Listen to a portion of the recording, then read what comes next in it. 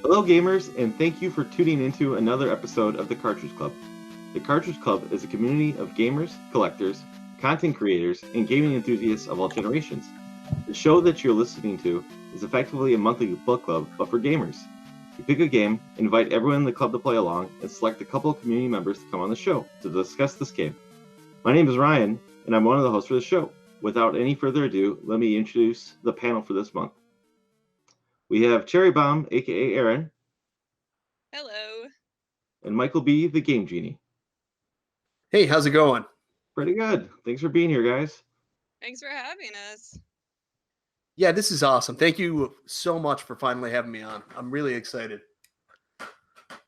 Awesome. I didn't know this. Is this both your first times? Yep. Awesome. I can't believe the Cartridge Brothers didn't do this before.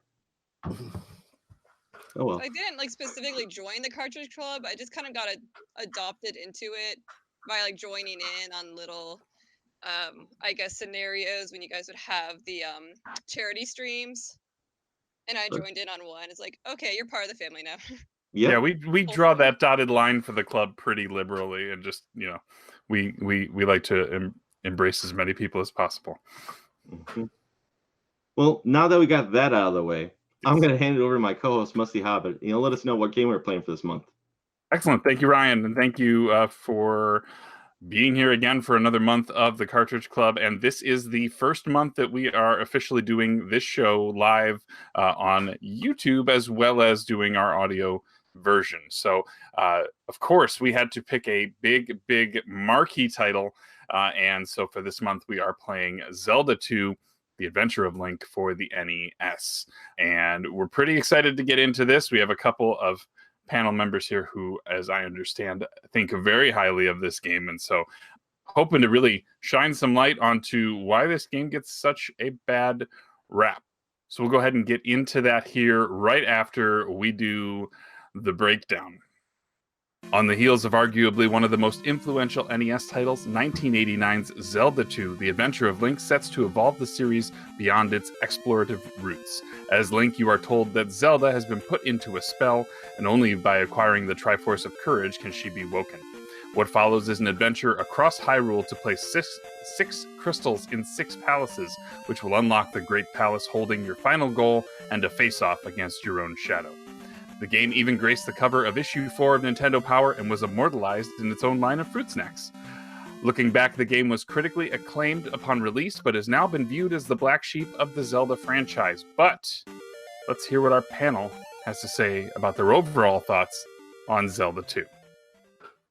So yeah, my overall impression of the game is, so it took me so many months to get through it when I finally sat down to play it, but compared to other games that are super frustrating and grindy, I thought this felt so rewarding at the end. I feel like whether you're playing Zelda 2 in the early 90s or, currently, it just feels super innovative, regardless of how repetitive the scenery or gameplay can feel at times. So it just throws you into a world that implores you to be curious about exploring, or patient and grinding out experience, and creative in how you use spells and tools in order to solve puzzles and such. And I know this isn't Miyamoto's proudest work, but he compares it similarly to a paper in high school that I just threw together at the last second, be like, you know what, I'm not going to revise this. It's good, whatever. But even then, even though he sells it short, I feel like the gameplay is really fluid. And the game is challenging, but, I feel like when you're done playing it, you could just, you're like, I actually did something really impressive, and I think it's fun. I don't know, other people don't think it's fun. But yeah, the soundtrack got me through it. Absolutely, yes. That's great. Michael, how about you? Overall thoughts on a game that you just finished minutes ago? I did. But how am I supposed to follow that? That was really well done. I'm just going to say the game's really good. Like, that's pretty much all I can really say. She thought hers out much more than I did. It said like Uh, high, like give your high opinion or something, or go in depth. And I was like, okay, well, do we need a sentence or do we need an essay? So So, by the time we're done, we'll hit essay levels, I think, on some of these things. But fair enough. yeah, I was always afraid of Zelda 2. I remember playing this as a kid at my nephew's house, and it always seemed so much more challenging and different than The Legend of Zelda. So I completely shied away from this, and I played every single game in the series up until I think it was around the time when Skyward Sword came out before I actually finally decided, enough's enough. I'm going to make my way through Zelda 2. So the first time I finished it was around that time, and like she said, at first it's very challenging, and that may turn some people off because after you get through the first palace and you get to Death Mountain right away, right before you go to Palace 2, I mean, that's enough to turn anybody off from the game for some reason. But if you stick with it and play through it, you're going to get one of the very best experiences on the NES. Why do people dislike it? I think we're going to get into that later. It's just not what people played the first time. But if you can get through the challenge, if you can get through the difficulty and the differenceness is not even really a word, but I'm going to use it, of The Legend of Zelda and compare it to this game, you're going to find something truly special because, in my opinion, it's one of the best games on the system. And like she said, most rewarding games to finish. Absolutely. So Ryan, I want to hear your thoughts, because I think that we may be in a situation where it's 3-on-1 here. But I want to hear your overall thoughts on Zelda 2 here. Yeah, this game sucks. I hate it. and this was coming from I claim myself to be a Zelda fan. This was the first time I beat it, but I don't know. I don't like to think it's tracked to a history. I have a little bit of a history with this game. I wasn't a big fan of the original NES either Zelda games growing up as a kid. Even the Super Nintendo one, it was just something I didn't understand growing up, and didn't become a Zelda fan really till Ocarina of Time came out. But after beating Ocarina of Time, and I loved that game, I decided I kind of wanted to go back and give these games when I was younger another shot to see if there was something I like. So I tracked down copies for the first two games. This was out of high school. I went to GameFAQs.com and printed all my guides off because the computer room didn't really manage that kind of thing back in the day. But yeah, I beat the first game, ended up loving the first game after playing it years down the road. And then I struggled my way through the second game, made it all the way to Shadow Link. Didn't know about the little trick to beating them, but tried taking them square on, couldn't take it anymore. So I saved my copy of my game, came back a couple hours after eating, and my file was completely gone. So that was enough to make me never want to play it again until just now. It kind of was a bucket list because I've over the years have beaten every single console Zelda game. And I this one always kind of eked me that I got so close that I could never beat it. But I beat it this month. But for reasons why I don't like it, I really hate the gameplay for this game. I feel as if the hitboxes on the enemies are too small, especially later in the game. The difficulty really starts to ramp up. I don't think the platforming is very great in this game. I think it's missing some of the things that make some of the other Zelda games, I guess some of the gameplay for it, like the weapons. I'll give you an example. It's missing like boomerangs and arrows and hook shots and bombs.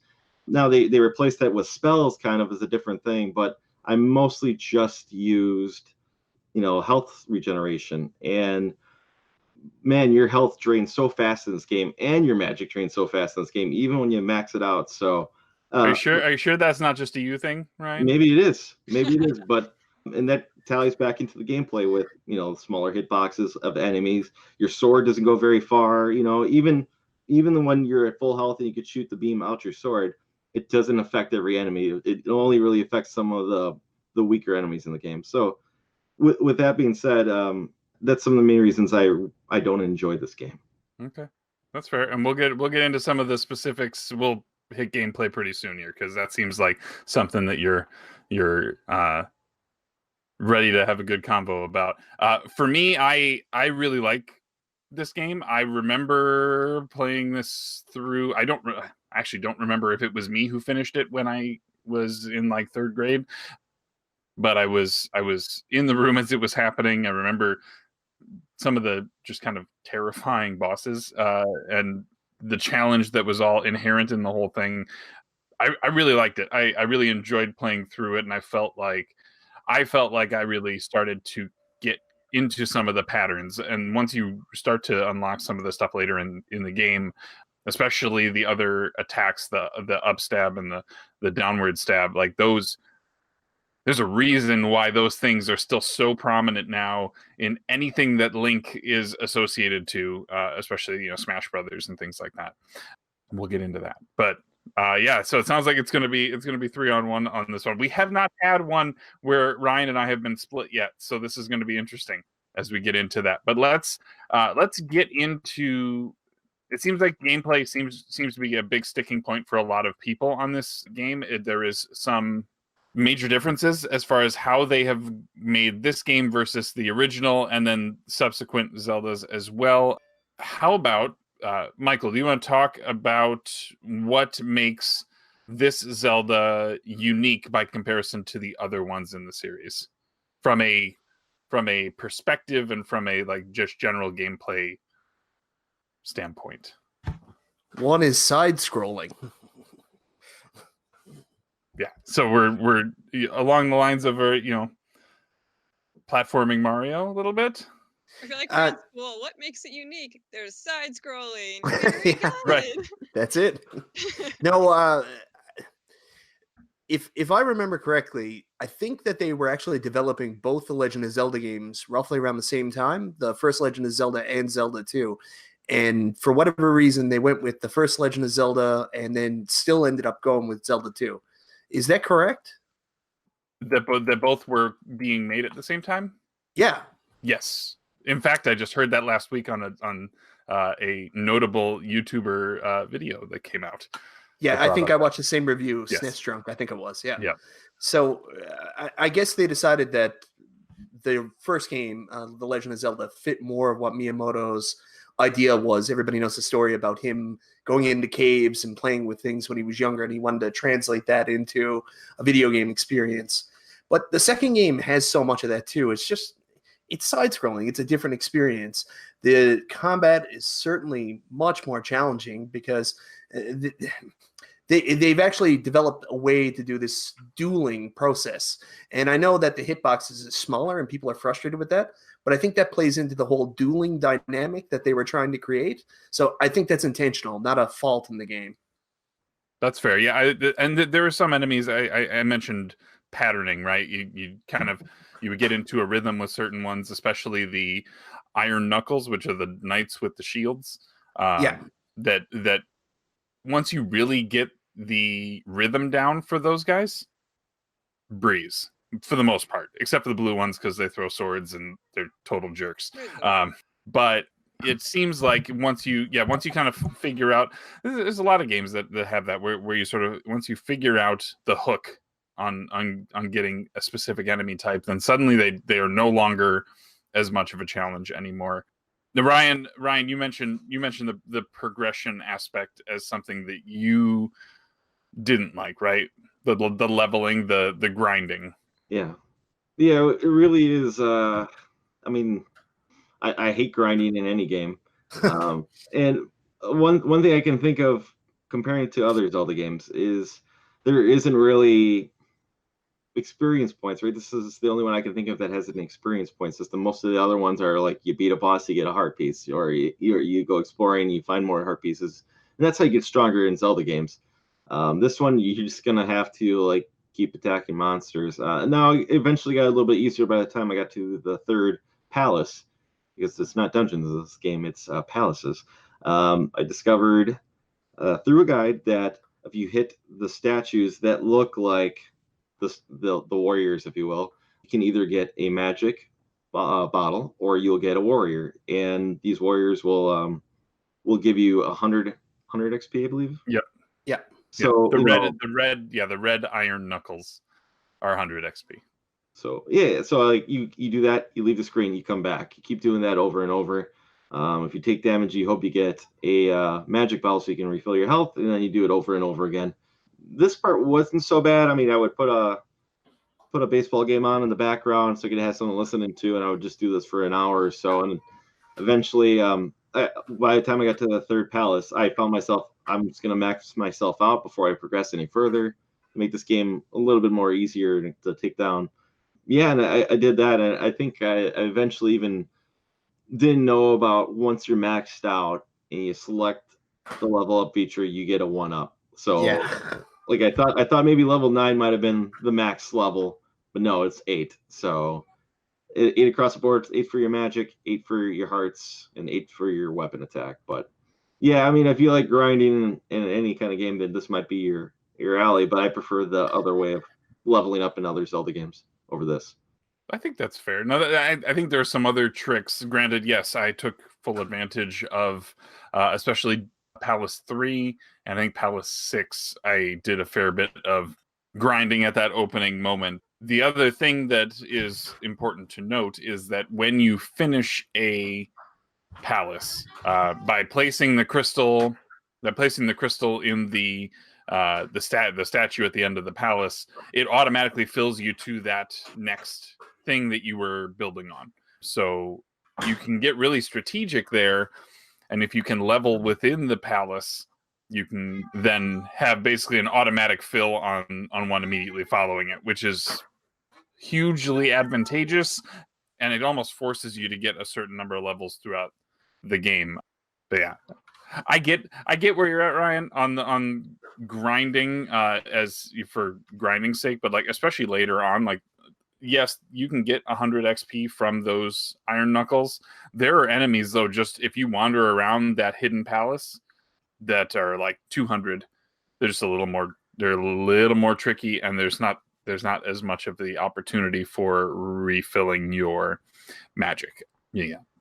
If you ever decide to play it again, the bouncing balls that are in the castles, they're actually relatively easy to kill, and they drop 50 XP every time you kill them. So that's usually what I use to level up if I'm finding it a little bit too challenging.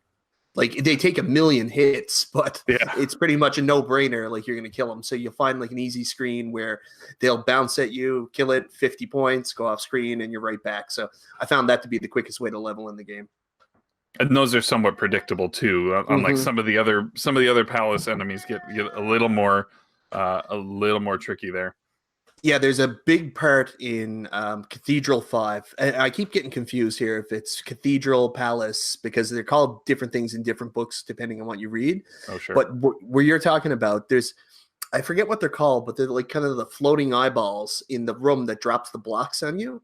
And they're the ones that if you hit them, you'll get either between 50 and 200 points. So most people do their bulk of their leveling up in that section. That's interesting. Yeah, the I made a point of not watching a bunch of speedrunners this month, although there's some even in our community who have made a point of speedrunning this game, and some of these strategies to sort of speed grind this is really interesting. I feel like I kind of took the leisurely route this time around, but yeah. Now it's worth noting we're spending quite a bit of time talking about grinding on this. It's worth noting. One big grind. Yeah, she's not wrong. No, I mean it. If you're not grinding for levels, this game is like, from a challenge perspective, this game hits really, really well. And Erin, you were talking about how fulfilling it felt to put this one in the rearview mirror. And are there other games games in general that you would like put into the same tier as that? I'm just curious where your barometer is on the difficulty of this game in comparison to others. Well, in terms of what I've played, I would have to think about that one. I honestly, one of the ones on my list right now is Ninja Gaiden, because it's honestly I suck at that game. But I feel like, honestly, do you think that would be tougher than this one? Because it's a lot more fast paced, but it's also a side scrolling platformy type game that involves some strategic, skill sets. So I don't know. That one's on my list definitely to see, so I can compare the two in terms of difficulty. But in terms of games that I've personally beaten, this is probably the toughest one I've actually finished. That's awesome. Well, I've wanted to finish Castlevania, the first one for the NES, but that one's still on my list too. I feel like I need to be on cool. Honestly, so this is a little bit of a disclaimer here. So I know everyone worked hard to finish this game in time for the podcast. The last time I beat this game was in, I think I said 2015, 2014. I had the screenshot I posted on Twitter, but it's been a long time. I just don't have the commitment that I used to or time because I'm trying to expand and play other games here. That's totally fair. You still have a good enough feel for this, and yeah, like it's never a requirement to play the game. It always helps though, especially if it has been a while or if you need a refresher on it. But yeah, the way you described it earlier, I wouldn't have known any different, to be totally honest with you. Yeah, so I don't know how long it took everyone to beat this game, but it took me over the course of, I think, on and off for 6 months because I did a lot of grinding. I honestly enjoy grinding in games like this because it kind of feels like I spent my time with purpose to achieve something good. So I'd put on a podcast and keep the Zelda 2 soundtrack and sounds going in the background. And I feel like it was kind of a good time. I'm the person who always goes out of their way in RPGs, like Final Fantasy games and what have you, and tries to find like the juiciest grinding spots available, and I'll just park myself there for a couple hours every day. I'll play it. And it's kind of a bragging right of my past self to my future self. Because I mean, honestly, no one else cares but me. So that's kind of why I do it. Oh, that's great. For those, I should say, for those who are maybe haven't played this game and are maybe curious, if the whole concept of grinding is something that you're not a fan of, and if you really want to if you wanted a way to just snap your fingers and be like, I don't want to do any of that, you can. The Switch NES online service has a Zelda 2 SP mode, which basically circumvents all of that level grinding. You basically start off with 8s across the board on that. So that is a great way. Ryan, I understand that you played it through on original hardware because you have hang-ups with playing ways. I don't want to do baby mode. I'm all about baby mode. It's nice that Nintendo invented baby mode. For people who don't want to put in any work at all, just want to do it. And hey, it's cool. It's part of the styling service. But yeah, I wouldn't consider. I would say cool. You beat Zelda 2 SP. You didn't beat Zelda 2. You beat the baby mode. So let me know when you come back to regular Zelda 2, and we'll chalk it up. So I consider to those listening, if you feel personally attacked by Ryan right now, please send your emails to contact@cartridgeclub.org, and we could talk about it. Anyways, we're going to talk about save states later too, right? Oh, we will. Not on my end. If we have to, we can. But I really like to talk more about the game first, and I think we talked about kind of the departure from the overhead view of Zelda 1, and just kind of how this one visually looks dramatically different than every other Zelda game. And let's see, who wants to talk about the graphics and their thoughts on the graphics? I don't have a ton to say about the graphics, but I feel like, especially for their time, they were clean and fresh. Like, so you were saying that they were making this around the same time as Zelda 1, was that right? Yeah, that's what was reported by our friend Snistrunk. That is a fun fact I never knew. Yeah, I think he was saying that both games came out on the Famicom prior to Zelda 1 being released in the States. Yeah. So really, that's trying to think of other games that have taken that approach of have like two like very, very. It seems like they gave them similar notes and said, "You do this and you do this," and to get such varying graphical styles that still kind of feel somewhat similar, I think is really interesting. But I like the look of Link's sprite on this, and you see a lot of it, so you better get used to it. Yeah, I do too. It kind of, in a way, that maybe it's the colors of it, but it kind of reminds me of Jill of the Jungle in a way for PC. I played that game a lot, so maybe it's the color scheme, but that's what it reminds me of. I'm not familiar with that game for the PC. You're right. If I could Up. complain about the graphics, I will say that I don't Go like ahead, the, Ryan. Go I ahead. don't like how the overworld looks. The regular 2D side-scrolling part is fine, and it looks fine, and the graphics are good for that. But I don't like the overworld look. There's something to pile on here.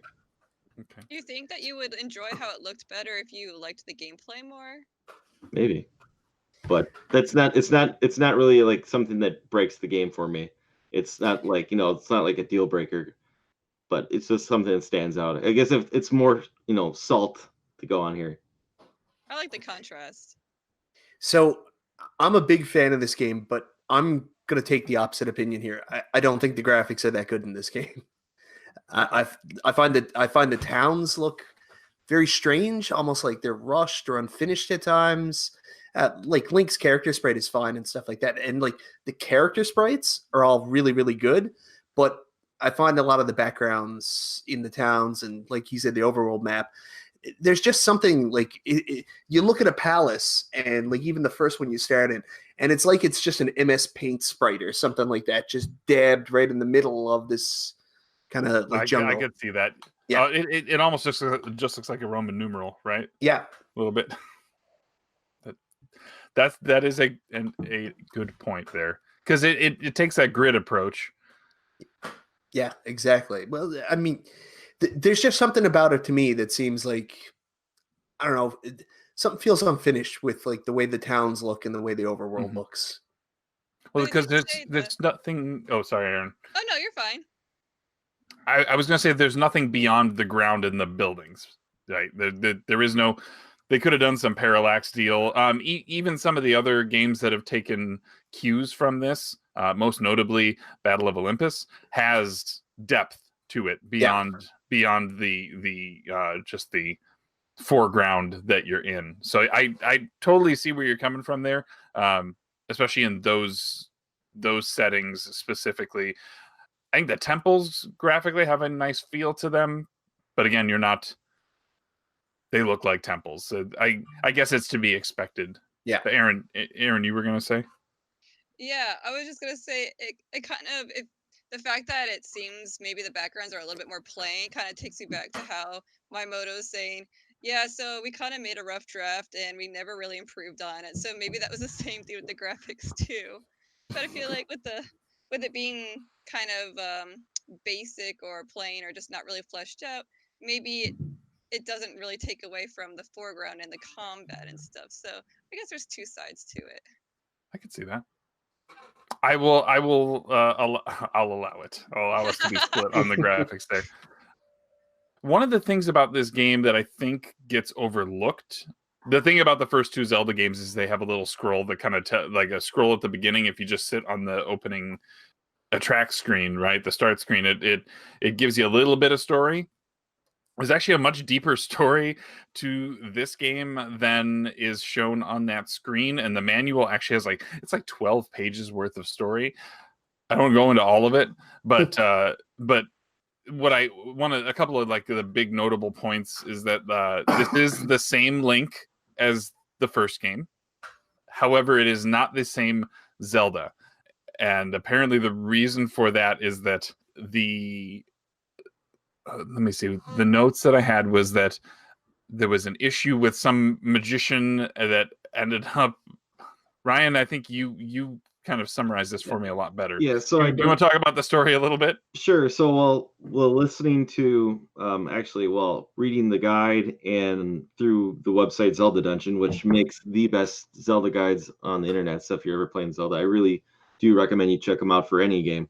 They point out that there's actually a story to it that's not really described in the opening credits, and it really has to do with Zelda's brother, the Prince of Hyrule.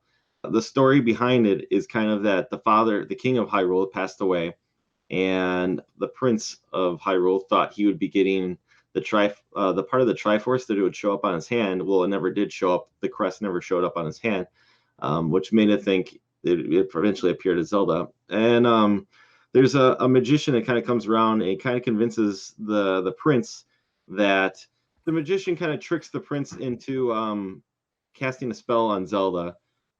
Basically, the magician is essentially the bad guy, the main bad guy behind this, and I think they tied into the wizard from A Link to the Past.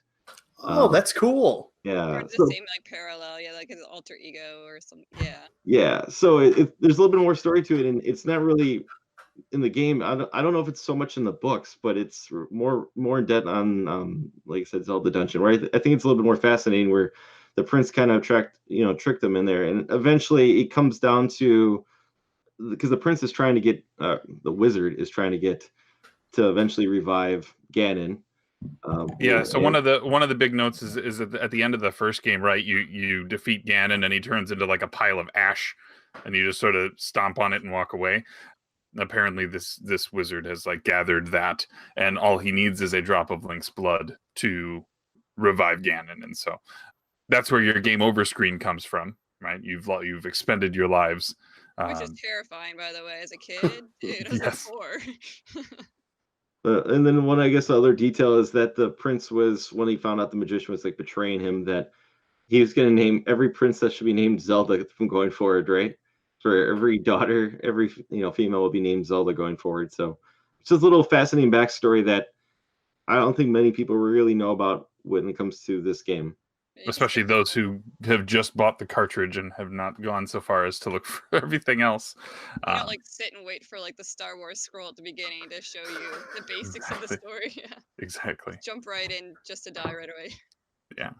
So obviously, yeah. So we've got our Link, we've got our Zelda. Link, as we said, is the same Link from the first game. This Zelda is not the same Zelda. Because they have made a point of renaming every female princess in Hyrule Zelda. Like, never forget. I mean, basically, yes, that's exactly what they're going for there. Aside from those two, there's a few other named characters in this game. My favorite being Bagu, because I get to tell everybody that I know Bagu, especially the one guy, the river guy. And then there's more famously, there is Error, who is not just a typo in that it was intentional that his name was actually translated as Error, which is kind of... As a kid, I thought it was like some kind of glitch or something, or they didn't translate it properly. I think everyone might have done that for Got thing, yeah, because I thought that forever too. I mean, when you see that, it's always kind of become a joke, right? But yeah, it's pretty meta. Mhm. Yeah, I think in the video that came out last week, someone mentioned that Bagu actually translates to Japanese for bug. So Yep. it sounds like that was intentional, that they had bug and error, or some of the two of the like. So I don't know if that's it's a coder joke or what else it might be going on there, but Just a little humor. Little Easter egg. It worked. Aside from that, you have a bunch of townspeople. None of them are really named. Some of them are called out. Like, I think one's referred to as like Thirsty Woman. And then you've got the like old lady who refills your magic, and the woman in the red dress who will make you some tea, apparently, to replenish your health. So there's quite a few different people, and some people turn into bats. Did you guys run into that? Yeah. Yep. Yeah, one woman in one town. That's all I experience. Oh, because you just stopped talking to people who were wearing purple, right? Like, that was just, just like, I don't want this. Enough of that. Yeah. Cut it out. You The last mentioned thing- the thirsty woman, and that's just something that makes me like chuckle every time. It's like you do that one quest where you have to bring water, and she's like, "Oh, you have water. Come in." And then it's like she's literally thirsty. It's like with the implications of you just enter this woman's house and suddenly come out with full health. Yeah. I think it's an interesting joke. I made a point toward the end of well, I guess it depended on the town. Some towns I would avoid going multiple screens in, right? Like some of them, the health lady was like 2 or 3 screens in, whereas the magic one may have been on that first one. So I would just go to the magic lady, have her replenish, do the life spell till I was full, and then go back in and not have to walk the town quite as much, which really wasn't that big of a deal. The town music was soothing. I kind of liked it, but just you find other ways to get around that, and everyone always goes like, gets you through a lot in this game. yeah. So did anyone else have any thoughts on the on any of the other characters, or anyone else that you ran across, like in the overworld or in the towns? I really don't remember anyone else besides the names listed here. So no one else really kind of stands out for that too. So I mean, you kind of pointed out the main points of the general. There isn't a very large cast of named NPCs, but I guess something worth noting that I always think is interesting, because I played through this game in full after beating, games like A Link to the Past or Ocarina of Time, is just how they named all of the stages in those games after the towns in this game. So I always thought that was really neat. Wait, they were. Yeah, I never noticed that before. I've heard about that before too. Yeah, I just forgot about it until now. Well, there was the one town that was Saria, right? And that's Saria is in Ocarina. Ocarina. They. I didn't draw the lines on the other ones. I would have to pull up the whole list, but I always thought that was a neat little tidbit. It's like canonically, the towns were named after them because Zelda 2 came after, Link's downfall and Ocarina, supposedly, going by the timeline. But, for when the games came out, the towns in Zelda 2 came first. So see, that's wild. That's wild. Just a little fun fact. That is a really good one. I like that. Let's shift gears into. We want to talk levels now, or maybe we can talk.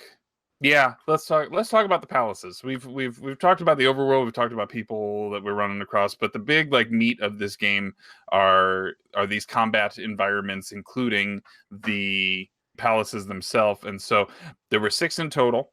Each of them had an individual special item, which then helped with traversal. Now, Ryan, I think you had some hangups with the item structure in general. Do you want to kind of hit on that a little bit? I mean, the items essentially in this game are only designed to get you to the next level, right? Like, the raft can get you across the water, and you only use it once. Most of the items are like that in this game. Like, you get boots to walk on the water, but you can't really walk on the water. You have to find the path that's on the water. So little stuff like that. You usually, in most Zelda games, and actually probably all Zelda games, you usually get an item, and that's what you usually use to beat the boss for that level. And then going forward, you can continue to use that item. This game doesn't have that. That's one of my hangups. Fair enough. So the fact that those really are just, they just cut a barrier and that's about it, right? They're not. It's not akin to, you mentioned Zelda 1 items, or Link to the Past has that sort of mechanic where it's like, this thing helps you finish this level specifically. Tell me about your feelings on the palaces, though. Did you feel, Ryan, that the palaces were adequately, did they provide adequate challenge? Did you like or not like them? They all provided a challenge, but the thing about it, the thing I guess I don't like, well, I don't know if it's what's a gripe, if you will.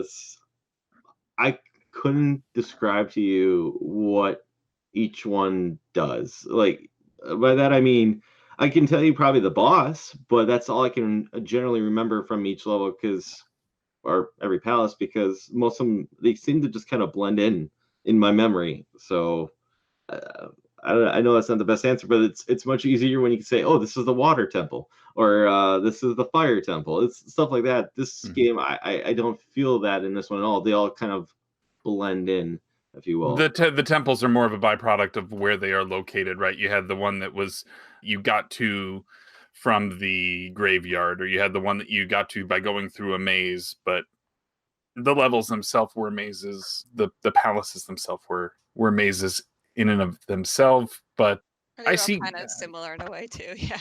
Yeah. Some of them are more tricky than others. I will again admit that I had somebody giving me turn-by-turn instructions, Ryan, on the Great Palace. So I wasn't going to turn it down. He's like, "No, go left, go right," and I was like, "Fine." It's always fun when there's someone slight delay behind you. So when you see, go He's like, left, no, he's going the wrong way. no. Go back. Yeah, but yeah, I see where you're coming from. Now, granted, I think some of the biggest challenge in the game, and Michael, I'm going to throw to you on Death Mountain and the Valley of Death as well. Yeah. You want to kind of talk about what those do? I guess maybe differently from the Palace that provides a completely different challenge entirely. I don't know if it provides a completely different challenge. I mean, Death Mountain's it's a massive barrier so early in the game because it's so hard to get through. You haven't become accustomed to the combat yet. You're a little under leveled unless you've built up, and it gets confusing going from place to place, the more difficult enemies. And I mean, with the Palace, like if you get an item or you get so far, like I like to cheat in the palaces. I like to die in the palace after I get the special item. Then I'll go do the extra stuff and come back maybe with an extra heart or something like that. It's fun to die in the palaces because you get halfway, you might get an item, you get a couple keys, you can come back. When you're going through Death Mountain, if you die, you just start right from the beginning again until you get all the way to the hammer. It really is a nuclear deterrent for people trying to enjoy this game because it's just too hard too early. That's the best way I can explain it. No, that is a great metaphor for exactly what that is. Yeah, kudos to you on that. Now, Ryan, I know you Valley of the Death proved to be a big challenge for you as well. Yes, the You Valley want to of talk Death. about how much you hate that too? The Valley of Death I thought was probably the hardest part in the whole game.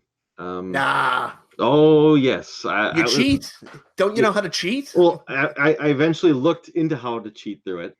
I found I kind of looked through after struggling for, I would like to say, I don't know, close to an hour, try to get through that because I would run out of life or magic.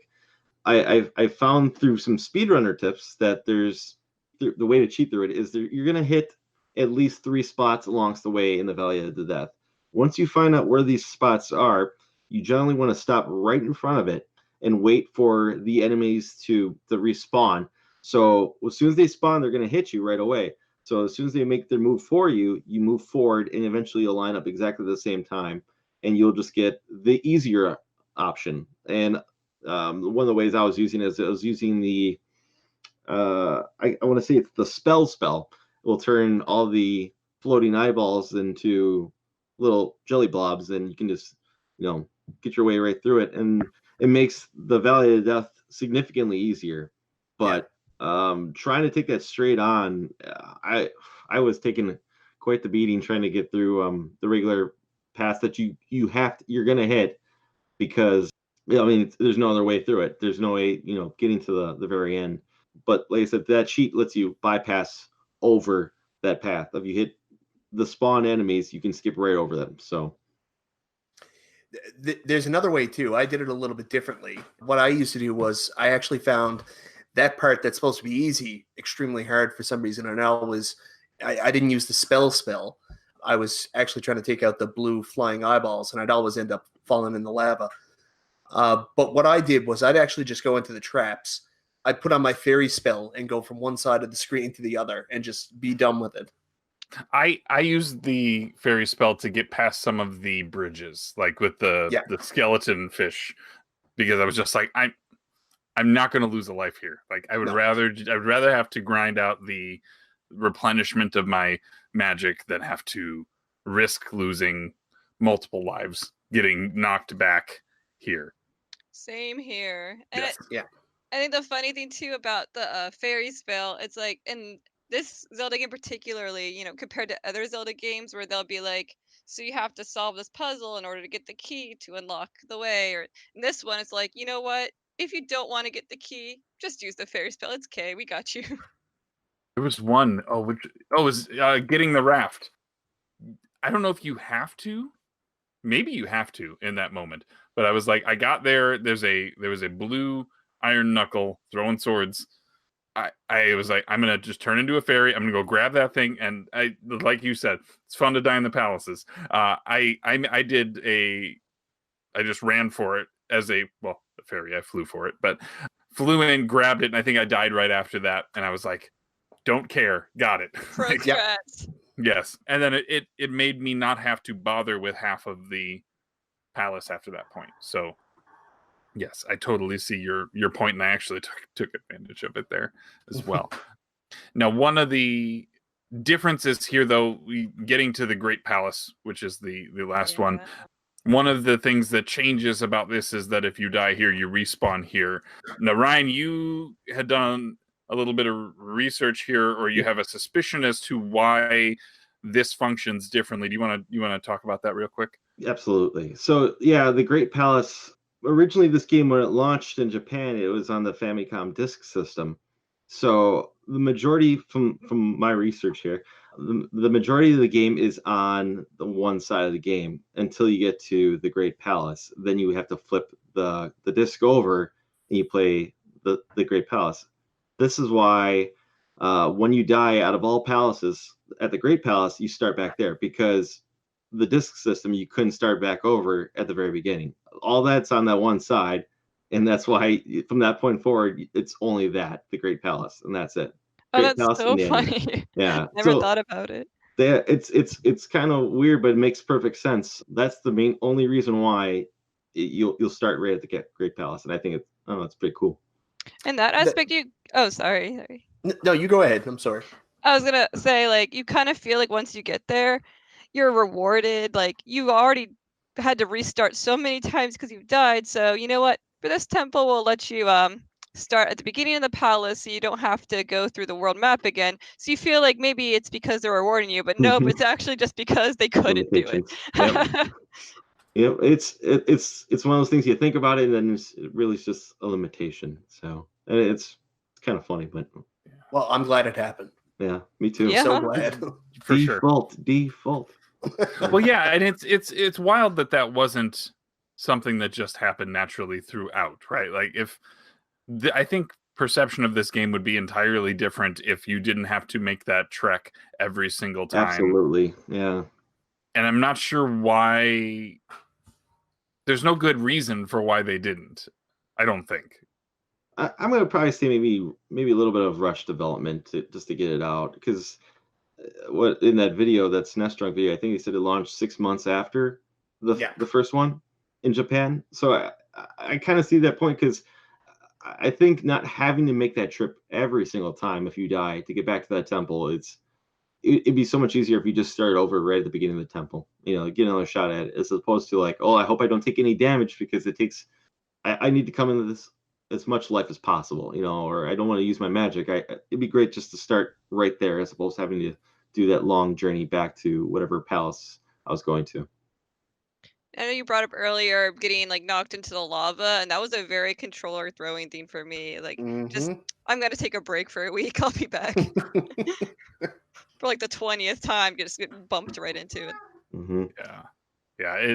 It suffered the Castlevania knockback syndrome, or I mean, they viewed it as hey, we're going to give you guys a little bit of help by not letting you just get crushed by this enemy 3 times in a row, right? But yeah, there were moments, let's just say that. I feel like I kept my cool with some of it, but it was just like, are you serious? Yep. Always with the lava. The other big challenges were the bosses themselves. So I would like to at least talk about maybe our favorite bosses, or maybe individual ones that you enjoyed or didn't enjoy. We can just go straight down the list if we want. There really aren't that many. But Palace 1, you come across, his formal name is Horsehead. For me, I feel like that was like one of the more memorable ones, because you don't really start out with a lot. And I don't know, I feel like I died a decent amount to him.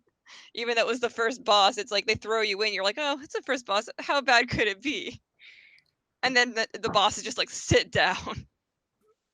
The next one up, and I don't have a name for this guy, so in my notes we just typed guy.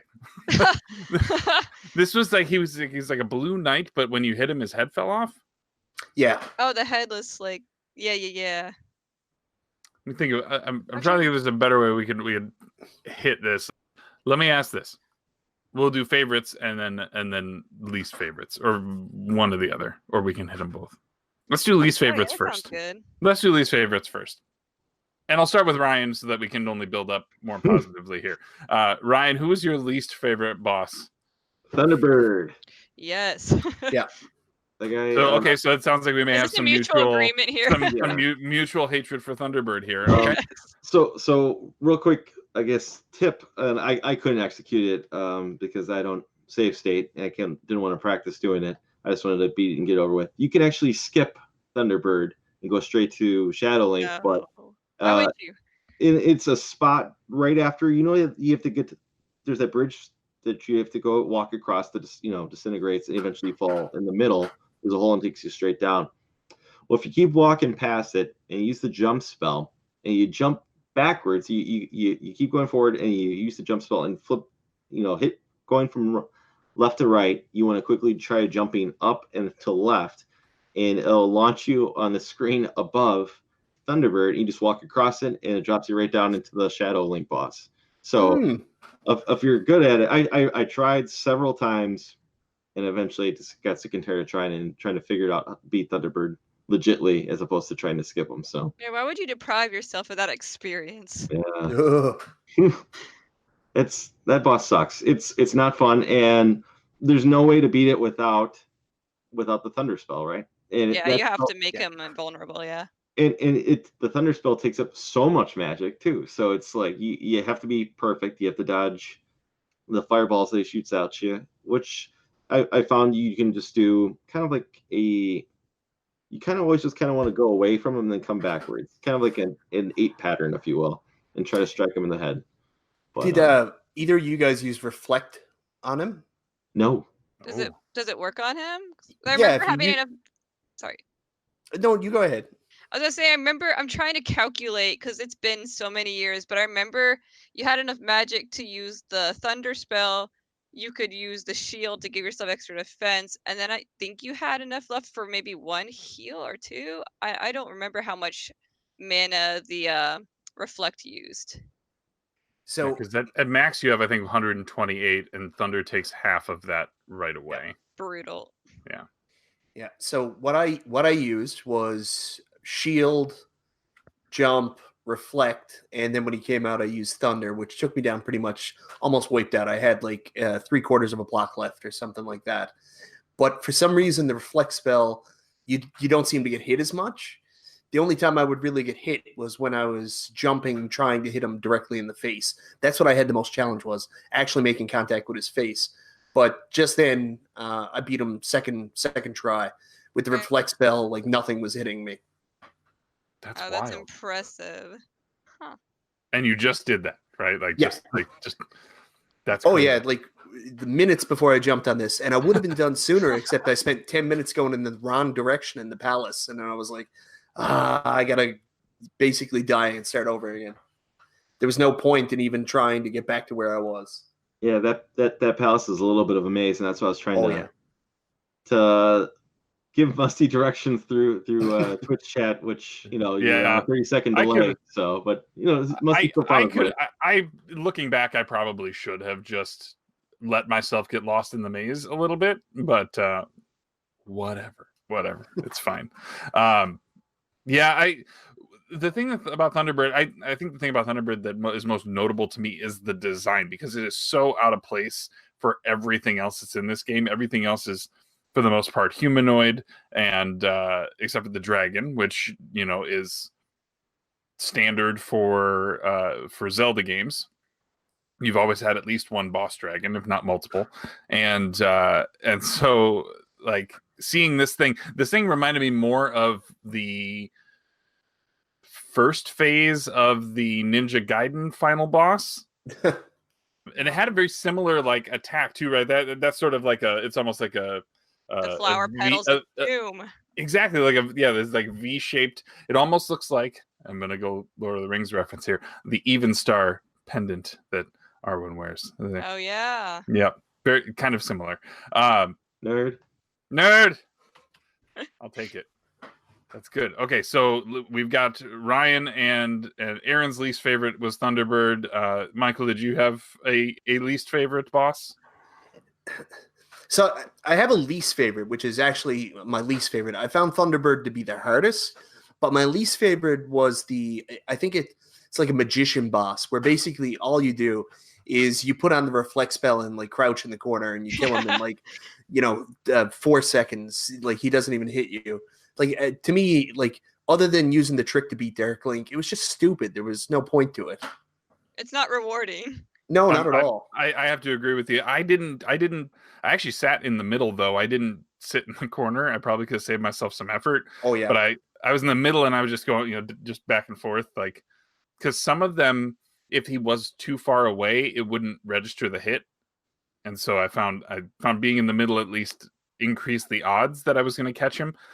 But yeah, I totally get your point there. It was just very, very unfulfilling. It's cheap, boss. yeah. I mean, cheap, like the way that people have now solved Shadow Link. Yeah. That one gets me. That also feels super lame. Yeah, and I know that there are some people who've done it the right way, and kudos to them. But like, do you want to hear my story about the Great Palace? Please. I do. Tell us about it. So when it came to that one for Thunderbird, I think I spent I think it was 6 hours just on Thunderbird, just straight dying, going back, because I was really bad at dodging the stupid flower petals of doom. So that was 6 hours, and by the end, I wasn't like angry, I wasn't crying, but there was a single tear rolling down my cheek. I was just like just defeated. And then I get to Shadow Link. I didn't look anything up, so I had no idea about the push him into a corner pro strats. And maybe it's because I remember the fight from Ocarina of Time, where it's like the similar kind of mirroring type combat, and I beat it in one go, and I was like, huh, that wasn't so bad. I went to look it up. That was pretty easy, right, guys? And the internet's like, yeah, it's easy. Just use this trick. I was like, wait, what? So you beat him straight up on your first try without cheesing it. First shot. I had half health. Slow clap for you on that one.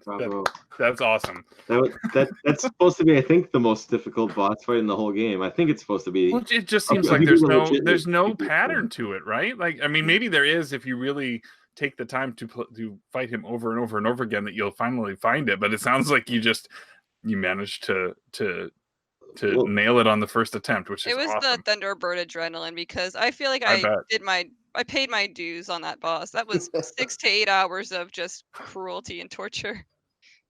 I didn't want to dare go against Shadow Link legit, because I had like the slimmest little bit of health left, and I was just like, nope, going in this corner, and I'm gonna finally beat this game, and because I didn't want to have to do Thunderbird again. That was an absolute pain.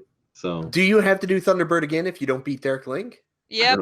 Oh, I looked it up. Wow. I looked at Madness up. So I was like, well, you know what? I feel like by the end of that Thunderbird track, I feel like I got pretty good at it. So maybe even if I had died to Shadow Link, it wouldn't have been too insufferable. Yeah, well, I mean, you would start the whole temple over though, in any case, right? That if you end up losing all your lives. It's just. At least you start being in a temple. like just the thought.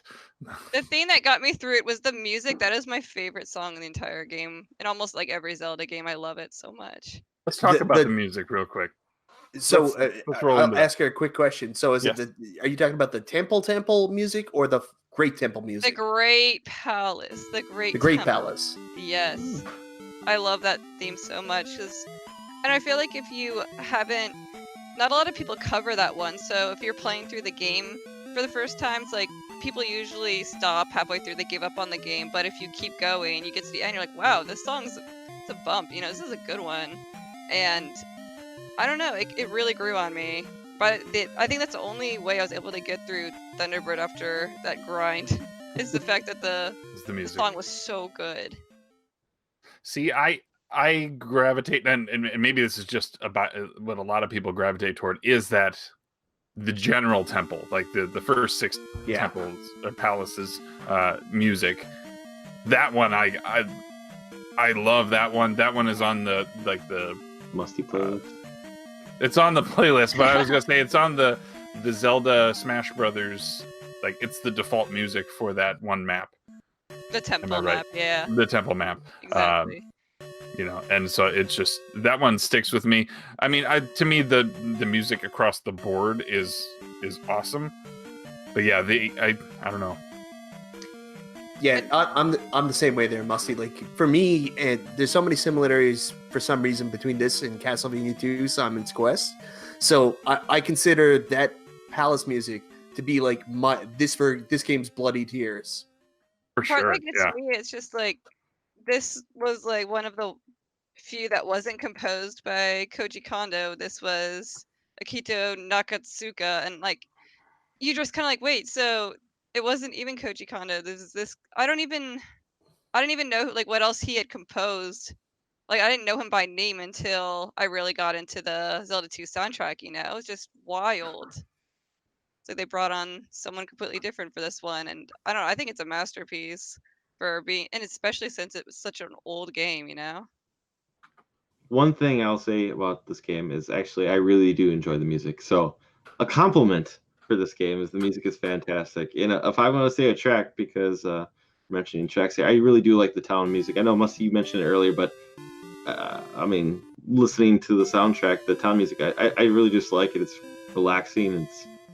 It's catchy. And then in the opening theme, I think is fantastic too. I love the opening theme, just letting it play out all the way through before even starting it. It's very catchy. The opening screen with the sword in the rock there, and the shooting star, and all kinds of stuff. If we're gonna talk audio here for a little bit, I just kind of want to ask if anyone else kind of noticed like some of the Punch Out sound bites, the assets being used from Mike Tyson's Punch Out or regular Punch Out, if you will. If you die, you hear the laugh. Soda Poppy laugh, yeah. That I kind of also noticed like the sound going into battle. It definitely sounds like the Super Punch in my opinion, or the Star Punch. I gotta believe there's more too. Like they just use the same assets over again. I mean, it's in the house, might as well just if they fit, it fits. But I thought that was kind of cool. It's one thing I was kind of noticing while playing. I'm like, hey, this sounds awfully familiar, and it's more than just one game, or more than just one asset from that game. True that. You want another fun fact? Shoot it's the me. same composer in both games. What? Yeah, so it gets deeper than just the sound font. Wait, for Punch Out and for this? Yes. Aha! It's like, that is interesting. So remember, it's just like one of the few things that I've played that he's also composed for. Just, the more you know. That is really interesting.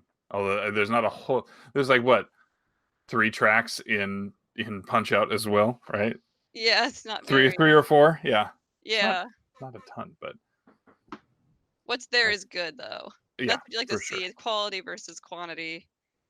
We'll take the one hit wonder when it can be this level of good and memorable. Yeah. Yes. Yeah, Absolutely. It's like Zelda 2. I think that's when I was saying like it's what got me through the game. It's so everyone's naming all of their strategies for grinding and stuff, but I mostly used the overworld enemies where you just run into them and start combat because I really love the battle music in Zelda 2. So if I got to hear it every time I'm grinding out XP, I'm here for it. Before we kind of, I guess we're close to kind of tying everything together here. I wanted to open up to any other, I guess, favorite moments throughout the games, whether it's individual things that happened or missions, or this game really didn't set up a whole lot of those side quests, but there were a few where it was like where something you got the reward at the end. Most of the time it was like another heart container or a magic container or a spell or something, but really you kind of need all the spells. Did Erin, were there any moments in this game that stuck out to you that were like, that was something cool that I thought was funny or anything along those lines? I wouldn't say it's cool because it was literally the opposite. But yeah, I guess talking earlier about being bumped into the lava, I honestly, the first time I just threw everything. I was so angry. But the second time, it just kind of got more funny the more it happened. It's like you kind of just get numb to it and try to find the humor in it. Just getting like booped in. It's like you think you'd learn the first 20,000 times. But yeah, so I mean, I guess something else to mention has nothing to do with the gameplay because I think we've covered pretty much all of my memorable bits. I guess I can bring up my earliest memory of playing this game because I had an NES growing up. See, me and my brother would play a lot of the games like Zelda 2 or Crystallis with my dad. So I guess my earliest gaming memory of all time, I think I was 3 or 4, and I was playing Zelda 2, and by playing I mean just like running into the towns and talking to people because probably tried to kill some stuff and died instantly. I don't know how to play this. I still don't know how to play it, but I passed out while playing the game, just holding the controller, and I still remember like my dad being like, "Okay, time to go to bed." And I was trying to like bring the whole controller and system with me, and he's like prying it while I'm like half asleep. Like, no, I have to finish the game. That was like my earliest gaming memory. Wow, that's awesome. That's awesome. Michael, favorite moments, maybe aside from anything that we've noted or things that you thought were notable? No, none of the side missions or anything like that. For me, the big notable moments going through it this time, because the very quick pace I gave myself for finishing this, because like our other guests, I've already finished this, and I was like, I don't know if I'm going to get through to it this month. And I told you guys Thursday night, I was like, I think I got to play it again. And I just went through this as quick as possible. Every spare minute I had, I put into this. So being able to get through it so quickly this time, with how much trouble I had the first time, that was a huge moment for me. Like being able to finish this literally minutes before I came on the podcast. So that was pretty cool. And Awesome. if I had to talk about any moment that's really exciting, the two biggest moments for me when playing this game every time is getting through Death Mountain the first time and getting the hammer, the sense of relief you feel when that's over. And also when you finally get the downward thrust, because it completely changes the way the game's played. Like you can skip things then, skip enemies. That's also one of the big moments in the game, I guess you would call it. The downward thrust changes the way everything's played. Yeah, And it's for really sure. fun too. Oh, A lot yeah. of games took from that mechanic. Like it makes me think of things like Shovel Knight, the whole jumping onto people's heads with whatever you're using, and it was so smooth in Zelda 2 as well. So I feel like that was a great way to start that mechanic out. Yeah, DuckTales, the pogo stick mechanic. Oh Maybe, yeah. yeah.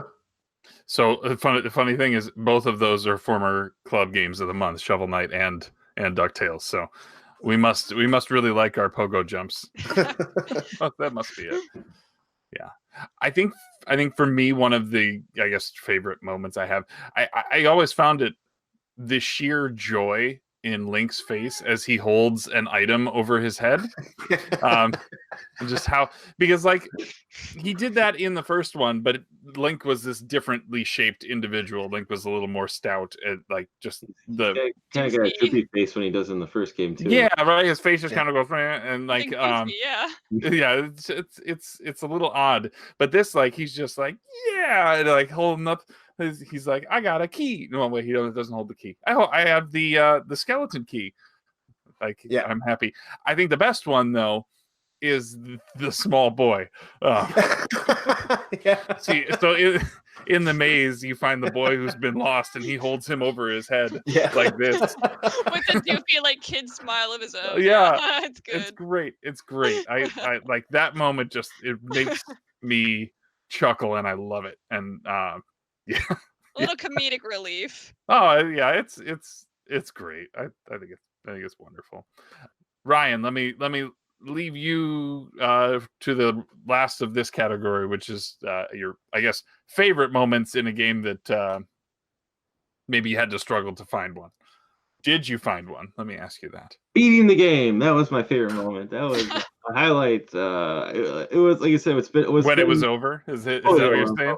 But no, it's always kind of irked me that I've never beaten this game, and I've beaten every other console Zelda. I can't say that for the portable games yet, because I was never much of a portable gamer growing up. But no, this was always kind of like a thorn in my side that you never beat this game. This is a game that, you've gotten so close and you didn't do it. So that's kind of that last thing I needed to do just to cross it off. And it was such a sigh of relief to beat this game because as a Zelda fan, now I can say I've beaten them all, at least the console versions. But honestly, was my favorite moment of the game. Not to throw shade on it, but it was you could breathe again. So the struggles you've gone through, and it's over. Very good. Okay, so I want to ask a couple questions of the panel to kind of wrap up our thoughts on this, and then we'll get into some community impressions after that. First question I'm going to throw out there to everyone, and whoever feels like they have an answer, go ahead and jump at this. But why does this game get a bad rap? Because it's not the first game. Because it's not the first game. Okay. Yeah, I mean, if this game had anything else in the title, had any other kind of name, I think people would look back and say, this was a really special game. But it's the fact that it was Zelda, but not Zelda. I think that's like a stigma that surrounds the game and really turns people off. The game's incredible. It's just people go into it with a preconceived notion of what they're expecting to play, and it's not that. There's definitely something to that. It's like, the first one is so much more simplistic. I mean, it's tough as well, but it was way more simplified. This one, they tried to do so much with it at once. There's just a lot happening. So yeah, I feel like if people were expecting the same kind of,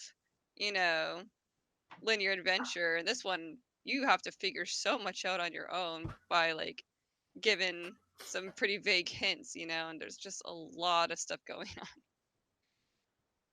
I think it gets a bad rap because it has bad gameplay. So this is the hill Ryan's going to die on here. So, yeah, I guess. So let me ask this question to those who enjoy the game. So Ryan, you can sit out on this one. Should we get another Zelda game in this style? And if the answer is no, that's totally fine. Like, is there a place where a Zelda 2 type of game fits into the current kind of ecosystem of Zelda games? Let me ask that. What? I'll answer that with another question. What makes you think we already haven't? Because if you look at the 3D games share more similarities with Zelda 2 than they do with the original Legend of Zelda, in my opinion. The way that the combat works. You're totally right. That's deep. I like that. And that's and it's wild because they have so one of the reasons we Ryan and I, when we were looking at scheduling out our games for this season, we were looking back at like trends of previous years, and it seemed like we had hit a Zelda game with some frequency. And I don't know if it was every year, but I think at least 3 of the 5 seasons there was a Zelda game. Ryan, am I right? Yep. Yeah, and so we were like, you know what? We wanted to say, let's have a Zelda game, like let's have a Zelda month, and let's just say like April's going to be Zelda month, right? And so initially we were looking at it, we're like, well, what are we going to do? And I know, Ryan, you have your favorite, which is Ocarina, and then we're like, hold on, because I know a lot of our community enjoys playing games in release order. And playing them, to say that they've played through all of them in order, or at least they won't play a game later in the series until they played one of the prior ones. And so I think we picked this one out of trying to realize that it was probably one that a lot of people had skipped. But it's interesting that how much of a, like you said, how similar those 3D ones are here, and that really it's the Zelda 1 and the Link to the Past ones that have sort of gravitated more to your like portable versions, and not the 3D ones, which is wild. I don't know where I was going to there, but Absolutely wild. Well, and also don't kid yourself. We've had spiritual successors in other games that have taken elements from this. I mean, you look at some of the, even I'm playing right now Monster Boy and the Wonder Boy, the Dragon's Trap. And I mean, there's elements of really Zelda 2 in that game. I'm not 100% sure what came first between the Wonder Boy action adventure and Zelda 2. I don't know my dates on that, but I do think that this game spawns some other spiritual successors. Like elements have been taken from it. I could definitely see that. And I entirely agree with you. Is there anything that this game could use adjustment on that would make it better? And I think I know what the answer is going to be, but I'm going to throw it to you guys first.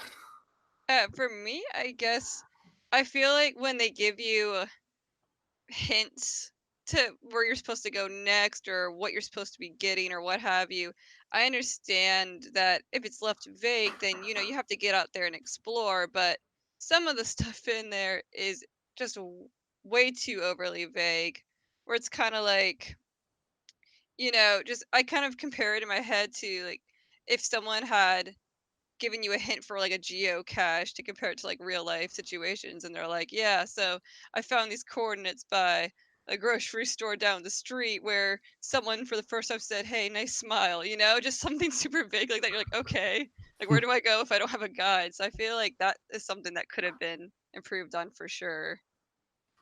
Yeah, I think maybe the lack of communication from most of the townspeople is like a single sentence, which really is only like 5 or 6 words, like worth of Yeah. description there. Yeah, I think I would agree with you that a little bit more.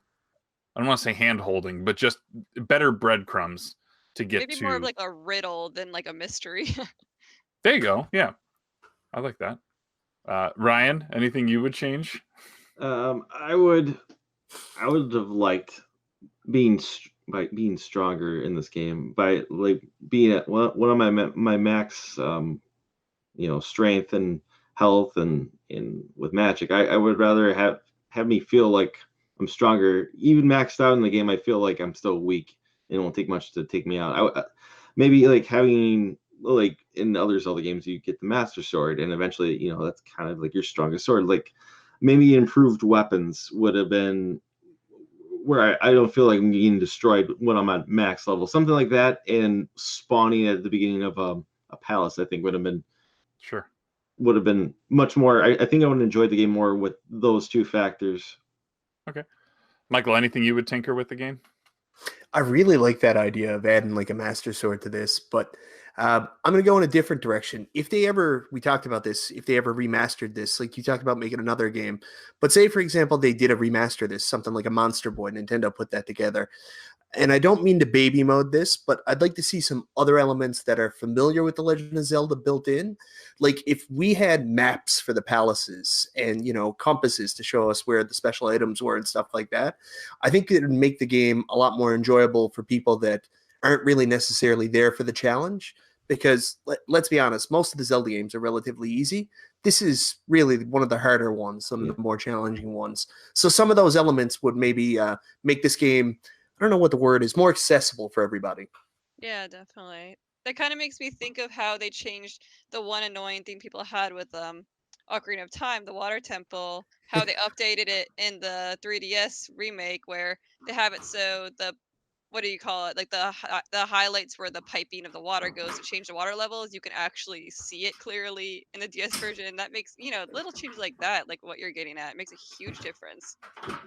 I like that. That's yeah. I mean, like it would be easy for us to just say, oh, just make the sword twice as long once you're max power, right? So that you have better range or something. That would certainly change the Thunderbird fight quite a bit. Big time. But Yeah. yeah. But no, that's good. I like that. So let me ask one last question of each of you, and to just kind of let you give your kind of your final thoughts on Zelda 2. And I'm going to just ask, would you suggest it to friends? And then let us know what your kind of final thoughts are on the game. Michael, I'm going to start with you on that. I already have suggested it to friends. I've suggested it to everybody. I did a video that you shared on Twitter, I do believe, a while back, where I told you it was one of my favorite games on the NES, and I think everybody should play it. Excellent. Erin, would you suggest this to friends? And do you have any other final thoughts on the game before we wrap things up here? What if I don't have friends? No, I kid. So yeah, so for me personally, it would really depend on the person. So I know a lot of people who rage super hard when stuff gets tough in games. I would definitely not recommend this game to them. But if it's someone who's into games that are, more along the lines of, as I mentioned, like Ninja Gaiden, but want something more of a Final Fantasy type RPG adventure aspect, so like a little combination of both, I would totally recommend it to someone like that, especially if they're looking for, a long sit down challenge type of game. So that's the kind of person I'd recommend it to. I don't recommend it to everyone personally. That's totally fair. Ryan? I wouldn't recommend this game to anybody. Period. But I'm glad to say I beat this game. I will also say this is not the worst Zelda game in the series after beating it. There's one that's worse. Because I'm getting my tea out for this. I was gonna say, how much of our audience do you want to alienate there, Oh, Ryan? I'm happy to.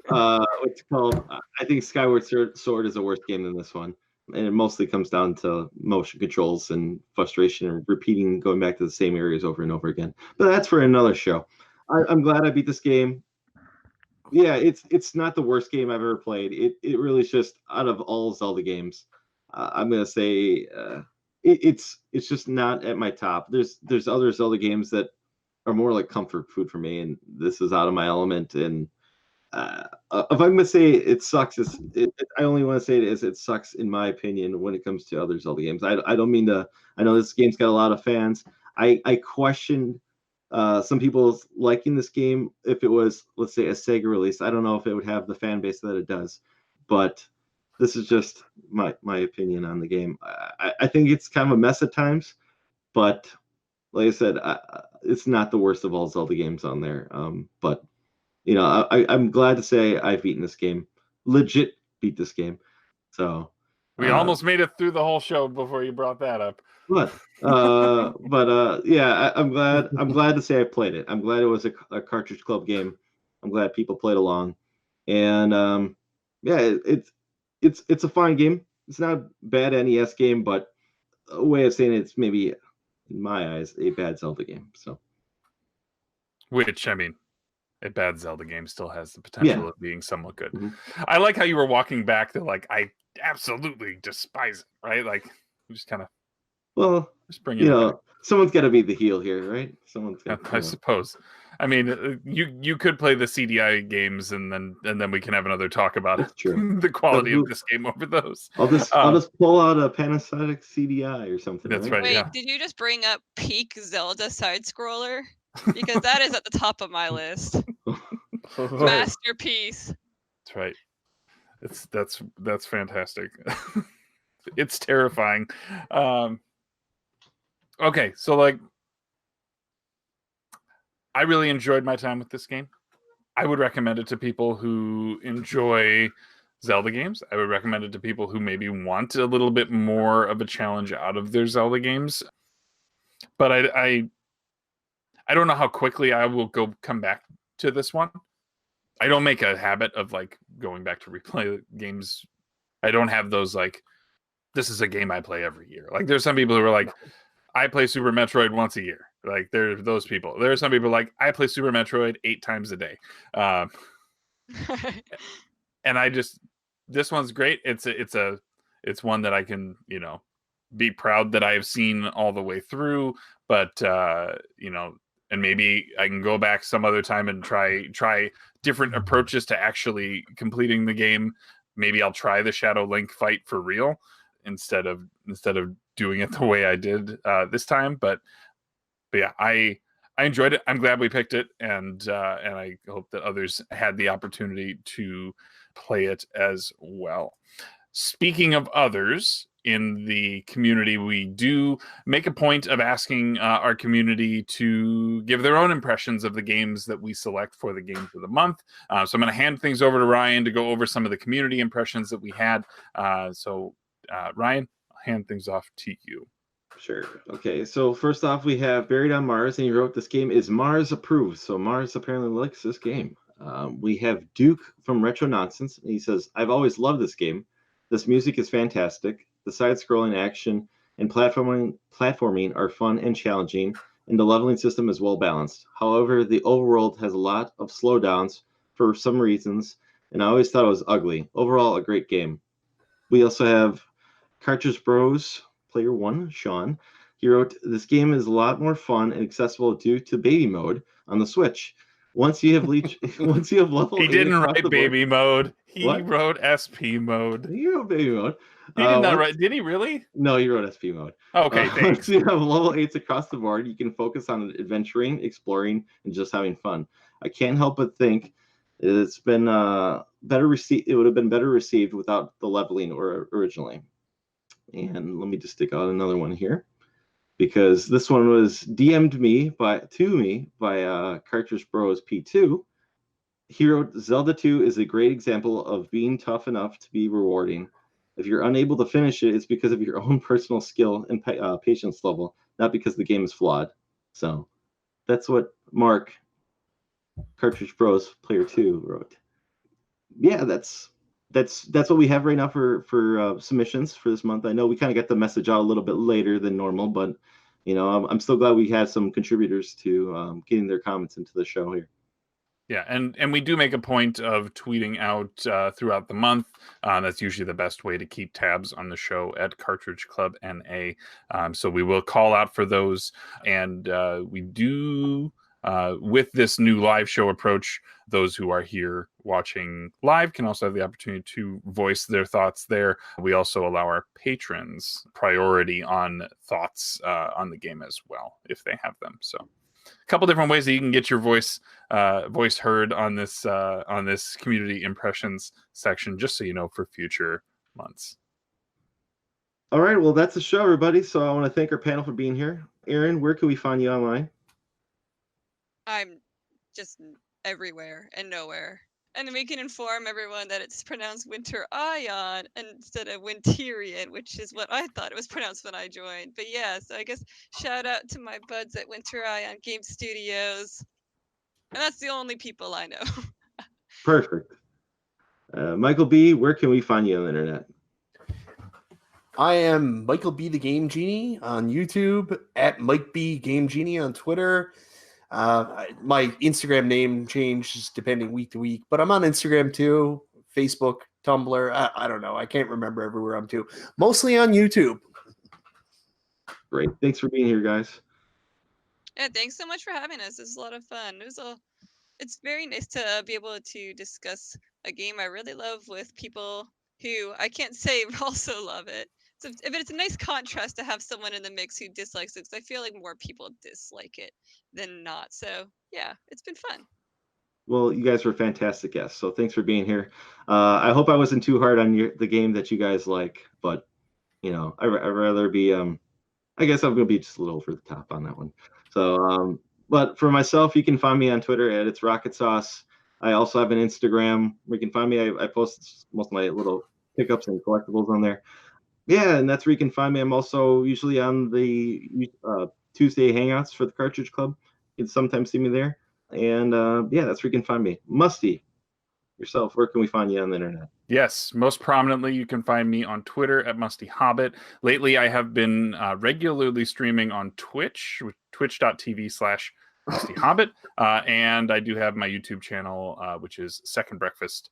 So you can check out that. Of course, all of the content that I put out tends to get pushed onto the Cartridge Club website, so I'd encourage you to check that out at www.cartridgeclub.org. One of the things that will be prominent there is next month's Game of the Month. And next month, we are playing Shenmue.